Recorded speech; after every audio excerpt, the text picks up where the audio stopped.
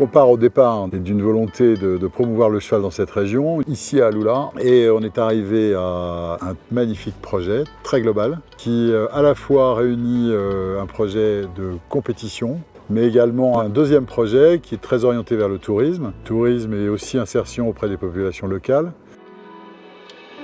Le premier site, il s'agit de Motadil où nous sommes actuellement, où vont se dérouler l'essentiel de toutes les compétitions, qu'elles soient d'endurance ou qu'elles soient dans les disciplines olympiques et même plus tard pour les courses puisqu'il y aura un hippodrome. Mais les événements ont déjà démarré. Cette saison 2023-2024, on a 8 compétitions, dont 6 sont internationales.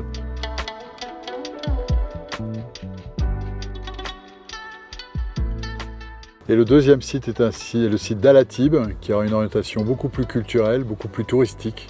Donc autour du musée du cheval, musée du pur sang arabe plutôt, une école d'équitation, poney club, centre équestre pour la population locale mais aussi pour le tourisme, mais qui deviendra à terme un organisme de formation. Quelque chose auquel on tient énormément, qui a été soufflé par la vice-présidente de la fédération équestre saoudienne, qui est de remettre en route pour le royaume une académie de la Foroussia. La Foroussia, c'est cette espèce de culture très locale qui vient en fait un peu de Syrie, qui a été très développée dans cette région, qui a disparu d'Arabie Saoudite et dont on a l'ambition de recréer une émanation ici à Alula et de faire vivre de nouveau cette philosophie autour du cheval. Il me tarde de voir toutes ces belles écuries parce que sur le papier, sur les maquettes, c'est magnifique, c'est magnifique.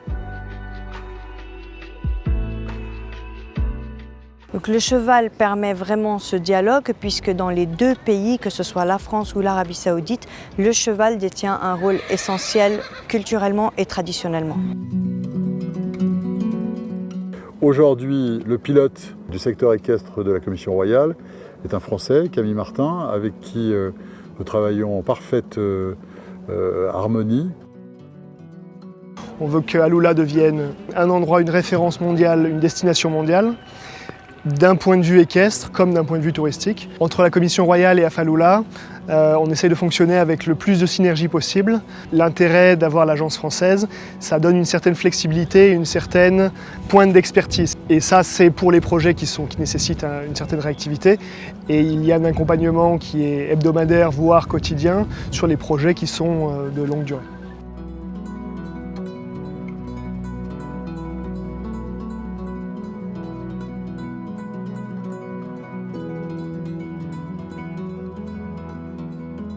Là, on est au démarrage d'une aventure qui est extraordinaire parce qu'effectivement, alors je ne parle plus du site qui est merveilleux, qui est d'une force d'attraction phénoménale, mais on part de pas grand-chose. C'est-à-dire que dans la région, il y a des chevaux, mais pas tant que ça, avec des gens qui sont amoureux des chevaux, qui ont besoin de conseils, qui ont besoin d'être aidés, qui ont besoin de maréchaux ferrants, qui ont besoin de soins. Ça, c'est un sujet qui nous est apparu tout de suite, c'est le besoin en formation. Et je suis très content parce que cette année, donc 2023, est donc importante parce que des compétitions démarrent ici, on démarre quelque chose.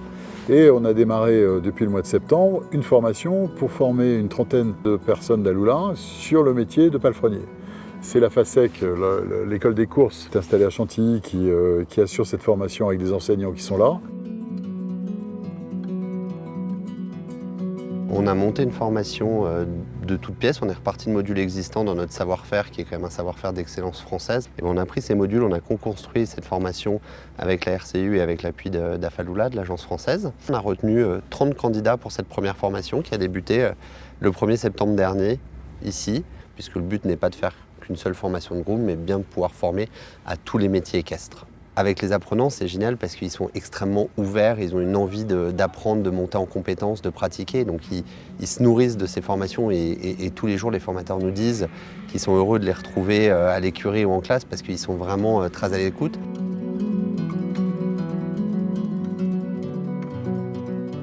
Là, tu vois, il a fait un pli avec le bandage. S'il fait un pli avec le bandage, ça va pas être bon du tout. Tu vois là, regarde. Regarde. Ça, non. Là, il va lui faire un garrot, le cheval il va rentrer avec la jambe 2 fois plus grosse à droite qu'à gauche. Ils ont une manière de travailler d'ici, et puis nous on leur apporte la manière de travailler occidentale. Et tout ça, ça fera un complément, et puis ils seront parfaits d'ici peu de temps, je pense. Au départ, on forme des grooms, c'est-à-dire qu'ils puissent s'occuper des premiers soins du cheval, le nourrir, le panser, faire le box, le tourner en main, le monter également pour faire l'entraînement, pour quand les grandes compétitions arrivent, les chevaux soient au point et soient parfaits, quoi. Allez filles, let's go!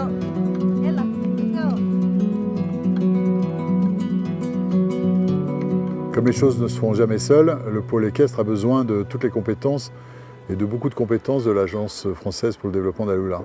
C'est le cas notamment avec le pôle capital humain et avec Guilhem Constant, c'est avec lui qu'on a monté cette formation de palefrenier. Et puis on travaille quotidiennement avec le pôle Urba et Archi, notamment avec Andrea Seim et Najat Abouali. De l'agriculture avec Stéphane Formand, parce qu'il y a le problème de l'eau, parce qu'on va consommer beaucoup d'eau, ainsi que sur un programme vétérinaire.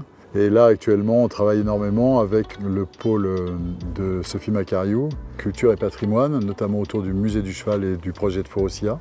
Oui, à Faloula, on le sait, hein, c'est un couteau suisse, on va chercher des compétences partout, elles sont sous la main et ça c'est formidable. Ça, c'est formidable.